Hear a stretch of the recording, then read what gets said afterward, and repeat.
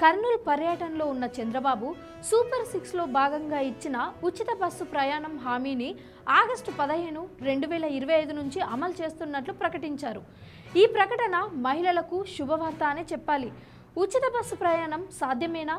దాని విధి విధానాలు ఏంటి? ఒకవేళ అమలు చేస్తే ఎటువంటి ఇబ్బందులు ఎదురయ్యే అవకాశం ఉంటుంది అనే దానిపైన ఒక కమిటీని వేశారు. ఆ కమిటీ అధ్యయనం చేసిన తర్వాత చంద్రబాబుకు నివేదికని అందించింది.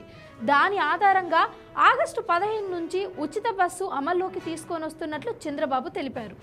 ఈ ప్రకటనతో ఆగస్టు 15 తర్వాత మహిళలు ఏపీ ఆర్టీసీ బస్సుల్లో ఉచితంగా ప్రయాణించవచ్చు. తెలంగాణలో లాగా ఆధార్ చూపిస్తే సరిపోతుందా, లేక వాళ్ళకేమైనా పాసులు జారీ చేస్తారా అనేది తెలియాల్సి ఉంది. ఇప్పటికే దానిపై ప్రభుత్వం ఒక క్లారిటీకి వచ్చినట్లు తెలుస్తుంది. ఏ జిల్లాలో వాళ్ళకి ఆ జిల్లాలోనే ఉచిత ప్రయాణం ఉంటుందా, లేక రాష్ట్ర వ్యాప్తంగా ఉచితంగా ఆర్టీసీ బస్సులు ప్రయాణించవచ్చా అనేది తెలియాల్సి ఉంది. ఉచిత బస్సు ప్రయాణం మహిళలకు ఒక వరం లాంటిదే.